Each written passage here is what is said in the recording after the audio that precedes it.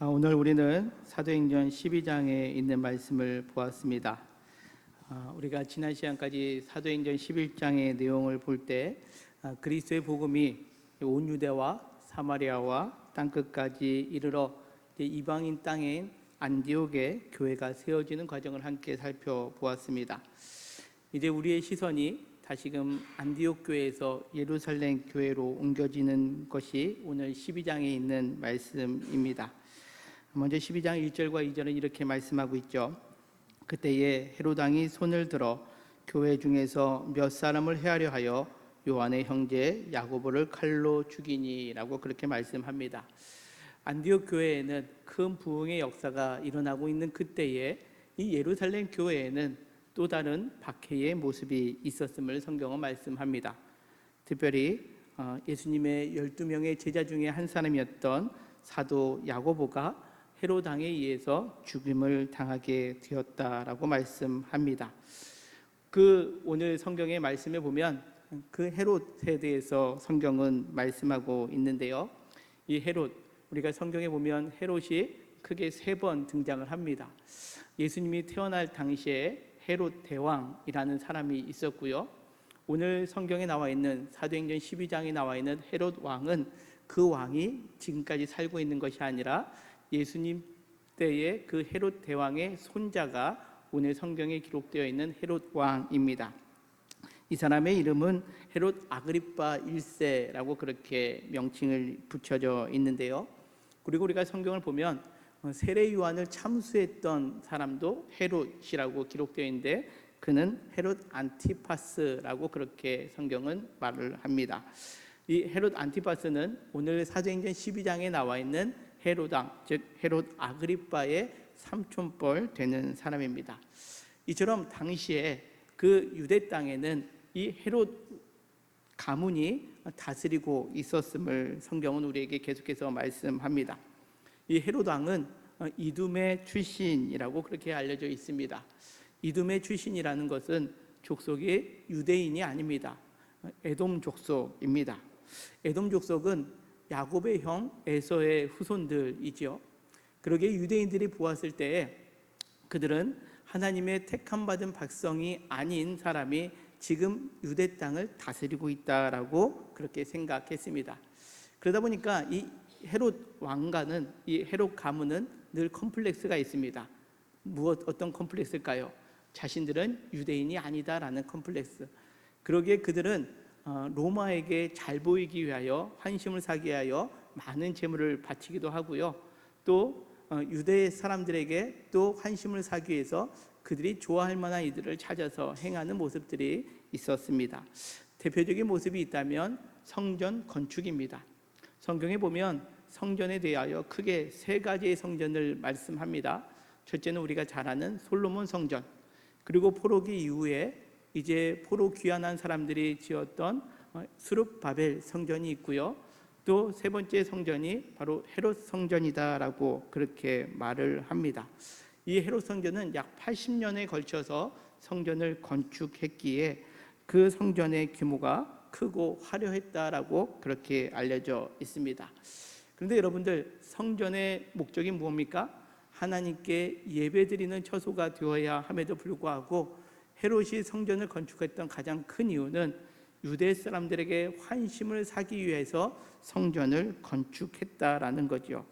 이것은 헤롯 성전 그 자체가 신앙의 본질에서 벗어나 버린 것이었음을 우리가 그 성경의 역사 속에서 알 수 있습니다. 이처럼 우리가 헤롯에 대해서 제가 장황하게 앞부분에 대해서 말씀하고 있는 이유는 오늘 우리가 함께 본 말씀에 헤롯이 이 야고보를 죽이는 과정 또한 이 유대인들의 환심을 사기 위함이었음을 성경은 말씀하고 있기 때문에 그렇습니다. 이어지는 3절에 보니까 야고보를 죽이고 난 다음에 유대인들이 이 일을 기뻐하였다라는 거죠. 야고보는 무슨 범죄를 범한 것이 아닙니다. 야고보는 예수 그리스도의 부활을 증거했습니다. 예수님을 죽였던 유대인들의 입장에서는 심히 불쾌하고 불편하지요. 눈에 가시와 같은 것이 바로 예수님을 증거하는 사람들이었습니다. 그런데 헤롯이 이 예수님을 증거하던 사람 가운데 지도자격인 이 야고보를 죽이게 되었을 때에 그들은 이 일을 크게 기뻐하였다라고 오늘 성경은 말씀합니다. 뿐만 아니라 이 무교절 기간이다라고 오늘 성경은 말씀하고 있는데, 이 무교절 기간은 우리가 잘 아는 유월절과 붙어 있어서 하나님께서 이스라엘 백성들을 구원하셨던 그 구원을 기념하는 절기인데, 이 절기 때에도 또 한 사람을 죽이고자 그들이 계획을 세운 것을 오늘 3절은 말씀하고 있습니다. 무교절 기간에 그들이 그 베드로를 죽이려고 하는 그 모습 가운데, 또 야고보를 죽였던 그 모습 가운데 기뻐하는 모습을 보았다라고 여기 말씀하고 있죠. 그러기에 야고보는 헤롯은 이 야고보를 죽인 다음에 유대인들의 기쁨을 더 만족하기 위하여 베드로도 잡아서 죽일 계획을 세웠다라는 겁니다. 오늘 우리는 이 1절부터 3절까지의 말씀을 통해서 우리의 신앙을 한번 점검해 볼 수 있는 그러한 시간이 되었으면 합니다. 먼저 조금 전에 말씀드린 것처럼 헤롯 가문이 그들이 성전을 지은 것은 하나님께 영광 돌려드리고 하나님께 예배드리기 위하여 성전을 세운 것이 아니었다라는 겁니다. 자신의 왕권 유지를 위해, 그리고 사람들의 환심을 사기 위해 그들은 생전을 세웠다라는 거죠. 뿐만 아니라 유대인들의 모습을 한번 보십시오. 그들은 이스라엘에게 베풀어 주신 구원을 기억하는 유월절, 이 무교절 기간에 예수님이 부활하셨다라는 것을 증거하는 그 이유만으로 사람을 죽이고 또 그 모습을 기뻐하고 있었음을 오늘 성경은 우리에게 말씀합니다.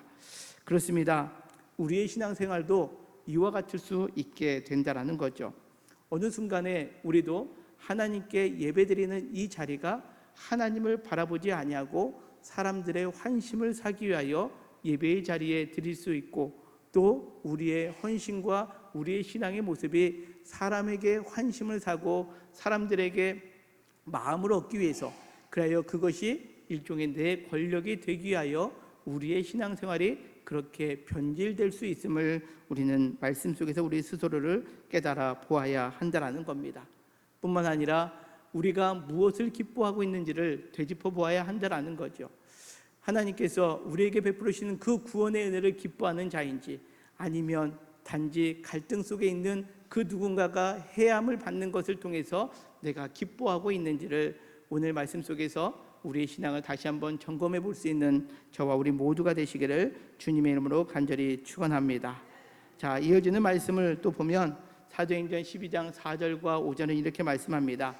그 베드로를 죽이고자 하여 그 무교절 기간에 잡아두었고 옥에 가두어 군인 넷씩인 네페에 맡겨 지키고 유월절 후에 백성 앞에 끌어내고자 하더라. 이에 베드로는 옥에 갇혔음을 성경은 말씀합니다. 4절의 말씀에 보면 헤롯 왕이 유대인의 환심을 사기 위하여 베드로를 죽이려고 얼마나 치밀하게 이를 계획하고 있는지를 보여주고 있었다라는 거죠. 헤롯은 왜 이렇게 삼엄한 경비를 베드로에게 붙여 두었을까요? 우리가 잘 알다시피 사도행전 4장과 5장에 있는 말씀에 보면 베드로는 이미 복음을 증거하다가 옥에 갇힌 적이 있었습니다. 그런데 옥에 갇혔음에도 불구하고 그가 다시 풀려나와 복음을 증거했던 모습들이 성경에 기록되어 있기 때문에 그렇습니다. 특별히 사도행전 5장 18절 19절 말씀을 보면 사도들을 잡아다가 옥에 가두었더니 주의 사자가 밤에 옥문을 열고 끌어내었다라고 성경은 말씀합니다. 베드로와 사도들을 옥에 가두었지만 하나님의 그 신비한 은혜, 하나님의 그 신비한 도우심으로 그들이 풀려난 적이 있기에 오늘 성경 본문에 보면 헤롯은 그 베드로를 옥에 꽁꽁 가둬두기 위하여 군인 4명씩 4개조를 나누어 무려 16명이 이 베드로를 지키고 있는 상황을 만들었다라는 거죠. 자, 이어지는 12장 6절은 어떻게 자세하게 설명하고 있느냐? 헤롯이 잡아내려고 하는 그 전날 밤에 베드로는 두 군인 틈 사이에서 두 사슬에 매어 누워 자고 있었다라는 거죠. 옥중 안에 군인들이 같이 있었다라는 겁니다. 어떻게 해요? 그 베드로가 누워 있을 때에 양쪽의 군인들이 베드로와 쇠사슬을 함께 묶어두었다라는 거죠. 뿐만 아니라 그 옥문 밖에서는 그 파수꾼이 지키고 있었는데 앞절의 내용을 우리가 적용하자면 그 옥문 밖에도 지금 2명의 파수꾼이 서 있었음을 우리가 성경을 통해서 알 수 있습니다. 이처럼 헤롯이 이 베드로를 죽이려고 하는 것이 얼마나 철저한 계획 가운데 있었는지, 그리하여 자신의 권력을 유지하고 또 유대 사람들의 환심을 사기 위하여 이와 같은 일을 벌이고 있는지가 오늘 성경에 고스란히 담겨 있다라는 거죠. 이때에 5절은 성경은 이렇게 말씀합니다. 이에 베드로는 옥에 갇혔고 교회는 그를 위하여 간절히 하나님께 기도하더라라는 겁니다. 당시 교회의 지도자였던 야고보가 죽고 이제 베드로마저 죽을 상황 가운데 있을 때 그 교회 공동체는 무엇을 했느냐? 바로 기도했다라는 겁니다. 우리가 생각할 때는 기도만 할 것이 아니라 사람들을 사서 때로는 뇌물을 줘서라도 베드로를 꺼집어낼 생각을 하지 않겠습니까? 또한 우리가 그 소위 말해서 특공대를 조직해서 베드로를 옥에서 꺼내놓는 그러한 일들을 벌일 것 같은 생각을 할 수도 있겠지만, 교회는 무엇을 했다고요? 기도를 했다라는 겁니다. 어찌 보면 아무것도 하지 않고 마냥 기도만 하고 있었던 것으로 비춰질 수 있습니다. 때로는 믿지 않는 자들에게, 기도의 능력을 믿지 않는 자들에게는 기독교의 신앙이 무기력해 보일 수도 있었다라는 겁니다. 그러나 오늘 성경은 무엇을 말씀하고 있습니까? 세상 사람들이 볼 때 그 무기력하게 보이는 이 기도가 우리 믿음의 사람들이 행해야 할 첫 번째고 또 최고의 방법임을 오늘 성경은 우리에게 말씀합니다. 우리의 인생 속에서도 어렵고 힘든 순간, 특별히 오늘 이 야고보의 죽음, 또 베드로가 옥에 갇히고 죽을 위기에 처하고 있는 이러한 어렵고 힘든 상황 가운데 있을 때에 세상에 다양한 방법이 있지만 우리가 믿음의 사람이라면, 또 주님을 그 한 몸을 이루고 있는 교회 공동체라면 우리가 가장 먼저 기도해야 함을 잊지 않고 오늘 나아가는 저와 우리 모두가 되시기를 주님의 이름으로 간절히 축원합니다. 그렇다면 어떻게 기도해야 할까요? 오늘 성경 말씀을 보면 오늘 5절은 이렇게 말씀하고 있죠. 교회는 그를 위하여 간절히 하나님께 기도했다라는 겁니다. 우리가 이 말씀을 쉽게 가장 생각하면 예루살렘 교회 성도들이 죽음을 직면한 베드로를 감옥에서 풀어달라고 어떻게 해요? 간절히 기도했다라고 그렇게 우리가 생각할 수 있습니다. 왜냐하면 조금 전에 말씀드린 것처럼 사도행전 5장에서도 천사가 그 함께해서 옥문이 열리고 그들이 나왔던 경험이 있었기 때문에 우리는 오늘 본문을 통해서 교회는 베드로가 또 풀려나기를 어떻게 해요? 간절히 기도했구나라고 생각합니다.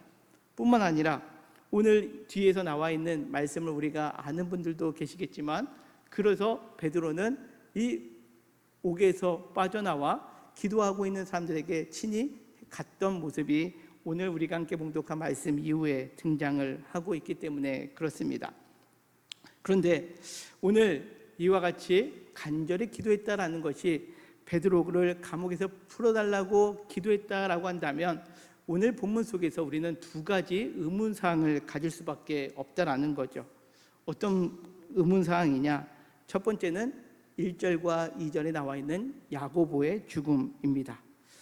앞서 말씀드렸지만 교회가 잡혀있는 사도를 살려달라고 기도했다면 야고보는 하나님께서 왜 죽게 하셨을까요? 야고보도 똑같은 사도입니다. 베드로와 같은 예수님의 12명의 제자 가운데 한 사람이었습니다. 그런데 그렇다면 야고보가 잡혔을 때 교회는 간절하게 기도하지 않았을까요? 기도했겠죠. 그런데 오늘 성경에 보면 오늘 이 간절하게 기도했다라는 것을 단지 풀어달라고 기도했다면 야고보의 죽음을 설명할 수 없다라는 거죠. 어떤 부분이 또 생깁니까? 그들이 간절하게 베드로가 풀려나기를 기도했다면 야고보도 그렇게 기도했을 텐데 야고보가 죽게 됐다면 하나님께서는 그 교회의 간절한 기도를 들어주시지 아니하였다라는 것밖에 되지 않다라는 겁니다. 뿐만 아니라 또 하나의 의문이 있다면 13절 이하에 나오는 그 교회가 간절히 기도했을 때 베드로가 그곳을 방문했을 때 그 사람들의 반응을 우리가 보면 이렇습니다. 사도행전 12장 13절부터 16절까지 말씀인데요. 베드로가 대문을 두드린데 로데라 하는 여자아이가 영접하러 나왔다가 베드로의 음성인 줄 알고 기뻐하여 문을 미쳐 열지 못하고 달려들어가 말하되 베드로가 대문 밖에 섰더라 하니 그들이 말하되 내가 미쳤다 하나 여자아이는 힘써 말하되 참말이라 하니 그들이 말하되 그러면 그의 천사라 하더라. 베드로가 문을 두드리기를 그치지 아니하니 그들이 문을 열어 베드로를 보고 놀라는지라 라고 그렇게 말씀합니다. 여러분들, 교회가 간절히 기도했을 때 그 기도의 내용이 베드로를 풀어달라고 기도했을 때 베드로가 도착했습니다. 그러면 어떤 반응이 나와야 될까요? 할렐루야, 하나님께서 응답해 주셨습니다. 이 반응이 나와야 되는 것 아니겠습니까? 그런데 사람들은 베드로가 도착했을 때 그것을 전하고 있는 로데라는 여자아이에게 네가 미쳤구나 라고 말하고 있다라는 거죠. 우리가 간혹 그렇게 생각할 수 있습니다. 기도는 하지만 들어주실 수도 있고 안 들어주실 수도 있으니까 기도하다가 혹 내가 안 들어주실 것 같이 기도하고 있는데 들어주셨다면 우리가 놀랄 수 있죠. 그러나 한두 명이 그럴 수 있겠지만 오늘 이 예루살렘 교회에 기도하고 있던 사람 모두가 지금 베드로가 풀려날 것을 전혀 예상하지 못하고 있었다라는 것을 성경은 말씀하고 있다라는 거죠. 그렇다면 이들이 믿음이 없는 기도를 하고 있었을까요? 풀어주시도 않을 건데 그냥 기도하라고 하니까 기도나 하고 있자라고 했었을까요? 그렇게 생각한다면 우리가 예루살렘 교회 성도들의 신앙을 너무 폄훼하는 것 아니겠습니까? 그들이 그렇다면 기도의 내용이 우리가 생각하는 것처럼 베드로를 풀어달라고 간절하게 기도했다라는 것이 아니었음을 우리가 말씀 속을 통해서 다시 한번 살펴볼 수 있게 된다라는 겁니다. 그렇다면 그들이 오늘 5절에 나와 있는 것처럼 교회는 그를 위하여, 이 베드로를 위하여 간절히 하나님께 기도했다라고 했는데 그 기도는 어떠한 기도였기에 오늘 성경은 우리에게 이와 같이 말씀하고 있는 것일까요? 이것을 헬라어로 이렇게 성경은 말씀합니다. 간절히 기도하다라는 것은 프로시케 데엔 에크테노스 기노메네라는 단어로 씁니다. 헬라어로 써봤습니다. 오래간만에 한글로만 이제 썼다가 쓴 이유가 여기에 우리가 세 가지 단어를 주의해서 살펴봐야 되기 때문에 그렇습니다. 제가 노란색으로 표시를 했죠. 프로시케, 또 에크테노스, 또 하나 기노메네, 이 세 가지 단어가 오늘 그 기도의 내용을 온전하게 담고 있기 때문에 그렇습니다. 자, 먼저 이 프로시케라는 단어는 우리가 기도하다라는 그런 의미를 담고 있습니다. 여러분들 혹시 데오마이라는 단어를 생각나십니까? 우리가 그 마술사 시몬 이야기할 때 베드로가 기도하라라고 했을 때가 데오마이의 기도였습니다. 하나님께 꼭 붙들려 있어라라는 기도죠. 그때에 말씀드린 기도의 내용이 또 하나가 있었는데 그게 바로 프로시코마이라는 기도입니다. 이거는 두 단어가 합성되어 있는 단어인데요. 프로스, 무엇을 향하여, 유코마이, 원하다라는 뜻입니다. 그러기에 이 프로시코마이는 간청하다, 원하는 것을 구하다라는 단어의 뜻입니다. 그러기에 오늘 프로시케라는 단어는 그들이 원하는 것을 지금 하나님께 간청했다라는 거죠. 그런데 오늘 본문에 아까 세 개의 단어 가운데 맨 마지막에 있는 단어가 우리는 또 주의 깊게 살펴보아야 되는데 그 단어가 기노메네, 기노마이라는 단어입니다. 이것은 존재하게 되다, 창조되다, 이루어지다라는 뜻을 가지고 있는 단어입니다. 근데 이 프로시코마이 또 기노메네라는 이 두 단어가 같이 붙어 있을 때에는 어떠한 의미를 가지고 있느냐? 가장 대표적인 모습이 우리가 잘 아는 마태복음 6장에 나와 있습니다. 마태복음 6장 9절 10절 우리 잘 아는 내용이니까 같이 한번 읽겠습니다. 시작.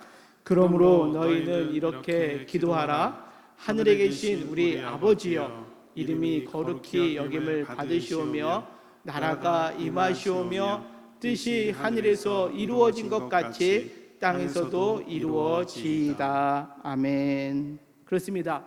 이 프로슈케 그리고 기노멘의 이 단어가 같이 붙어 있을 때에 그 기도는 내가 원하는 것을 간청하다라는 그러한 의미의 기도이기보다는 하나님의 뜻이 나를 통해서 이루어지기를 원합니다라는 뜻으로 그 기도의 방향이 바뀐다라는 거죠. 내가 원하는 것을 하나님이 들어주십시오라는 기도가 아니라 어떤 기도요? 하나님의 뜻이 나를 통해서 이루어 주옵소서라는 기도를 하고 있다라는 겁니다. 또 하나의 대표적인 모습이 누가복음 1장 38절에 나와 있는데요. 이것은 천사가 마리아에게 나타나서 예수님을 이제 잉태할 것이라는 수태고지할 때 그 말씀 가운데 있는 내용입니다. 천사가 네가 아들을 낳을 것이다 라는 그 수태고지했을 때 마리아가 이렇게 고백을 하죠. 마리아가 이르되 주의 여종이오니 말씀대로 내게 이루어지이다 라고 고백할 때 그때 그것이 기노마이라는 단어를 쓰고 있다는 겁니다. 내 뜻대로 된 것이 아니라 누구의 뜻대로? 아버지의 뜻대로, 하나님의 뜻대로 이루어지는 기도를 행하는 것, 이것이 오늘 성경에 나와 있는 그들이 기도했던 모습이었음을 오늘 성경은 우리에게 말씀합니다. 따라서 오늘 이 프로시케와 기노마이라는 이 단어가 합해질 때에는 내가 원하는 기도, 즉 우리가 내가 원하는 기도는 무엇이었을까요? 베드로가 풀려나고 교회가 박해로부터 벗어나고 우리를 괴롭게 하는 헤롯이 죽임을 당하거나 망하거나 이랬으면 하는 우리의 원하는 기도의 내용을 했던 것이 아니라 오늘 교회가 간절히 기도했다는 것은 하나님께서 원하신 것이 우리 가운데 이루어지기를 원합니다라는 그들의 기도가 있었다라는 겁니다. 그렇다면 하나님께서 그들을 통해서 원하시는 것이 무엇이었을까요?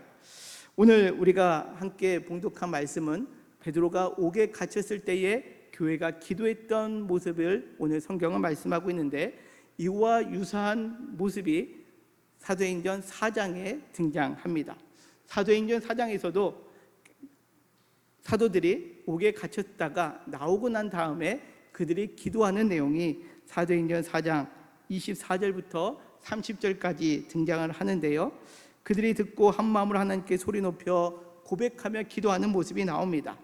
그것이 이제 28절부터 30절까지 이렇게 고백되고 있는데요. 우리 같이 한번 읽겠습니다. 시작. 하나님의 권능과 뜻대로 이루려고 예정하신 그것을 행하려고 이 성에 모였나이다. 주여 이제도 그들의 위협함을 굽어 보시옵고 또 종들로 하여금 담대히 하나님의 말씀을 전하게 하여 주시오며 손을 내밀어 병을 낫게 하시옵고 표적과 기사가 거룩한 종 예수의 이름으로 이루어지게 하옵소서 하더라. 아멘. 그렇습니다. 그들의 기도는 무슨 기도였습니까? 그들을 대적하는 자들에게 그들이 위협하는 것을 하나님께서 보시니까 우리로 담대히 하나님의 말씀을 전하게 하여 주시고 또 우리가 병을 고치는데 그것도 예수 그리스도의 이름으로 이루어지게 해달라고 기도하고 있었다라는 겁니다. 무엇을 의미합니까? 하나님의 뜻이 이루어진다라는 것은 이 땅의 모든 것들이 예수 그리스도의 이름으로 이루어지는데 우리는 그 안에 담대함을 소유할 수 있도록 인도해달라고 그들이 기도했다라는 거죠. 그러기에 이어지는 사도행전 4장 31절은 이렇게 말씀합니다. 그들이 빌기를 다함에 모인 곳이 진동하더니 무리가 다 성령이 충만하여 담대히 하나님의 말씀을 전하니라 라고 그렇게 말씀합니다. 그들의 기도는 이것이었습니다. 종들로 하여금 담대히 하나님의 말씀을 전하게 하여 주옵소서라는 거죠. 그들이 이적과 기적을 일으키는데 그것 또한 사람이 높아지는 것이 아니라 예수 그리스도의 이름으로 이루어지기를 나타내기를 구하고 있었다라는 것을 의미합니다. 오늘 본문에 나오는 교회의 기도가 이와 같다라는 거죠. 베드로가 잡혔기에 베드로 좀 살려주십시오 라고 기도하는 것이 아니라 때로는 그의 어렵고 힘든 순간 가운데 하나님의 뜻이 이루어지는데 그것을 담대함으로 이겨나갈 수 있도록 그들의 신앙을 지켜나갈 수 있도록 기도했다라는 겁니다. 이것이 우리가 행해야 될 기도의 모습이다라는 거죠. 여러분들 이 기도에 응답이 있었을까요? 있었습니다. 어떻게 할 수 있을까요? 오늘 베드로의 모습을 보십시오. 베드로는 내일 당장 참수당할 죽음을 맞이할 상황인데 어떻습니까? 너무나 깊이 잠들고 있습니다. 천사가 나타나서 깨우는데 옆구리를 쳐야지 일어날 정도로 깊은 잠 가운데 빠져 있었다라는 거죠. 왜요? 그에게는 죽음이 두려운 것이 아닙니다. 그가 야고보의 죽음이 그것을 두려워하고 있던 것이 아니라 하나님의 뜻이 이곳에서 자기가 죽게 된다면 그것이 이루어지는데 그것을 담대하게 맞아들일 준비가 되어 있었던 것, 이것이 바로 베드로의 모습이었음을 오늘 성경은 우리에게 말씀하고 있다라는 거죠. 그러기에 우리가 생각할 때 야고보는 죽고 베드로는 살아났네? 야, 하나님이 좀 너무하신 거 아니야? 베드로만 불쌍해 라고 여길 수 있겠지만 그게 아니다라는 거죠. 베드로가 살아있는 것, 야고보가 죽임을 당한 것, 우리는 알 수 없는 그 하나님의 뜻 가운데 있지만 그 하나님의 뜻이 우리는 알 수 없지만 그것을 우리가 이루어가기에 우리가 담대할 수 있도록 그들이 기도하고 있었음을 성경은 우리에게 말씀하고 있다라는 겁니다. 설사 우리가 원하는 것이 뜻대로 이루어지지 않는다 할지라도, 어떤 상황이 우리 앞에 전개되어 우리가 어렵고 힘든 순간을 만난다 할지라도 하나님의 뜻이 이루어지는데 그것을 우리가 온전하게 받아들일 수 있도록 우리가 담대히 하나님께 나아가고 있었던 것, 그들이 행했던 기도의 모습이었음을 오늘 성경은 우리에게 말씀합니다. 사실 우리가 기도한다라고 하면 내가 원하는 것을 기도할 때가 많습니다. 하나님의 뜻보다는 내가 원하는 것, 내 뜻이 이루어지기를 기도할 때가 참 많이 있다라는 거죠. 우리가 주의 기도, 아까 우리가 함께 보았던 말씀 마태복음 6장 9절 말씀처럼 우리는 기도합니다. 하늘에 계신 우리 아버지여, 아버지의 이름이 거룩하게 여김을 받으시며 나라의 임하옵시며 아버지의 뜻이 하늘에서와 같이 땅에서도 이루어지게 하옵소서라고 우리는 그렇게 주기도를 하지만 정작 우리는 어떻게 기도한다고요? 아버지의 뜻이 이 땅에 이루어지기보다는 내 뜻이 먼저 이루어지기를 기도하고 있지는 않았는지 오늘 말씀을 통해서 우리의 기도를 되짚어 보아야 한다는 겁니다.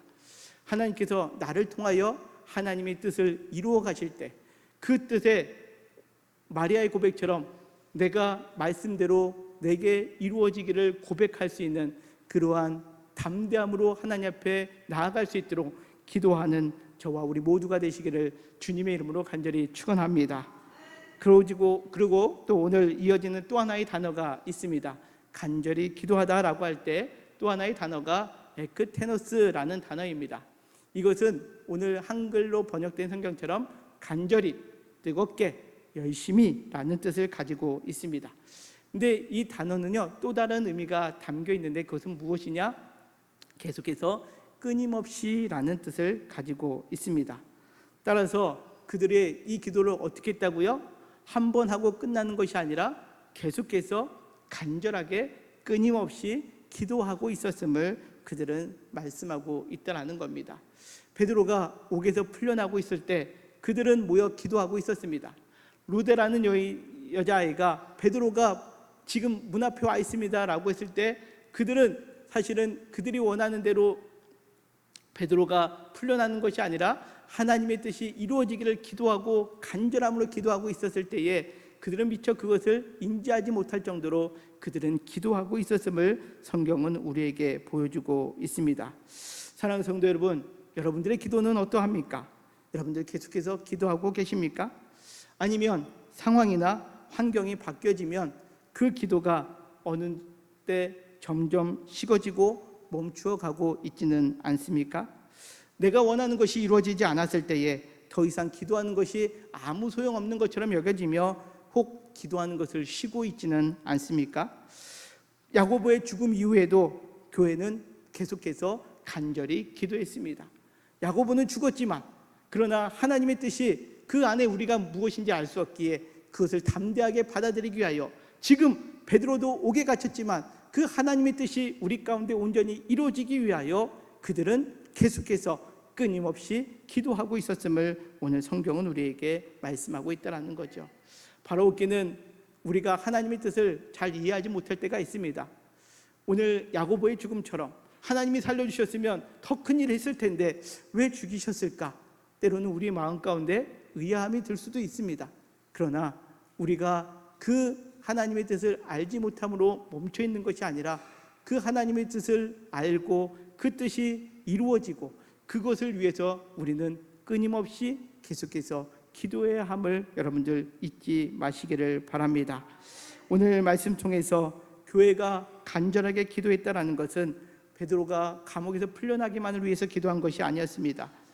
또 교회를 박해하는 원수 같은 헤롯이 하나님의 심판 아래 놓이기를 위해서 기도한 것도 아니었습니다. 오히려 그들은 어렵고 힘든 순간에 그들이 어떤 삶을 살아가야 되는지, 하나님의 뜻이 무엇인지를 구했고, 또 그 뜻이 우리에게 이루어질 때에 또 그들이 그것을 위해서 끊임없이 기도하고 있었음을 성경은 우리에게 말씀합니다. 마지막 순간에 이와 같이 삶을 살았던 사람이 성경에 등장합니다. 그 사람이 바로 우리가 잘 아는 사도 바울입니다. 사도 바울은 로마 감옥에 있으면서 빌립보 교회 성도들에게 편지를 보냅니다. 얼마 후에 자기도 지금 베드로와 같이 참수를 당할 수밖에 없는 위치에 놓여 있을 때 바울은 빌립보 교회 성도들에게 이렇게 편지를 합니다. 11절부터 13절까지 있는 말씀인데 같이 읽겠습니다. 시작. 내가 궁핍함으로 말하는 것이 아니라 어떠한 형편에든지 나는 자족하기를 배웠노니 나는 비천에 처할 줄도 알고 풍부에 처할 줄도 알아. 모든 일 곧 배부름과 배고픔과 풍부와 궁핍에도 처할 줄 아는 일체의 비결을 배웠노라. 내게 능력 주시는 자 안에서 내가 모든 것을 할 수 있느니라. 아멘. 자, 이 13절 말씀은 우리가 참 좋아하는 말씀입니다. 그죠? 내게 능력 주시는 자 안에서 내가 모든 것을 할 수 있느니라. 내가 기도하면 내가 원하는 것을 하나님께서 능력 주셔서 다 할 수 있다라고 우리가 그렇게 생각하는 말씀입니다. 그러나 이 말씀을 우리가 12절부터 다시 한번 보면 어떻습니까? 내가 궁핍하고 있는 상황 속에서 말하는 것이 아닙니다. 나는 어떠한 형편에 있든지 자족하기를 배웠다라는 거죠. 그래서 나는 때로는 비천이라는 어려운 가운데 거할 수도 있고, 때로는 풍부에 처할 줄도 알고, 때로는 배부를 때도 있고, 어떨 때는 배고픔 가운데 놓일 때도 있고, 풍부와 궁핍에도 처할 줄 아는 일체의 비결을 배웠다라는 거죠. 어떻게 해요? 내게 능력 주시는 자 안에서 나는 그 어떠한 상황 가운데서도 담대하게 있을 수 있었습니다라는 고백이었다라는 겁니다. 오늘 이 빌립보서 4장 13절에 이 바울의 신앙의 고백이 저와 우리 모두의 고백이 되기를 주님의 이름으로 간절히 축원합니다. 이제 내가 어려움 당할 때 내게 능력 주셔서 이 어려움을 없애버리고 내가 하고 싶은 일대로 살겠습니다라는 그 고백이 아니라, 때로는 야고보와 같은 상황을 만나도, 때로는 베드로와 같은 상황을 만나도 그 안에서 하나님의 뜻을 우리가 알고, 그 하나님의 뜻이 알기에 때로는 배고플 때 있고 궁핍할 때 있고 어려운 가운데 있다 할지라도 그 하나님의 뜻이 나를 통하여 이루어지는데 내 힘으로는 부족하기에 담대함으로 나아갈 수 있도록 날마다 기도함으로 인하여 베드로의 모습처럼 하나님의 뜻 가운데 온전하게 쓰임받고 교회가 교회로서의 기도하는 자리에 세워지는 것처럼 우리 모두가 그와 같은 하나님의 사람으로 세워지기를 주님의 이름으로 간절히 축원합니다.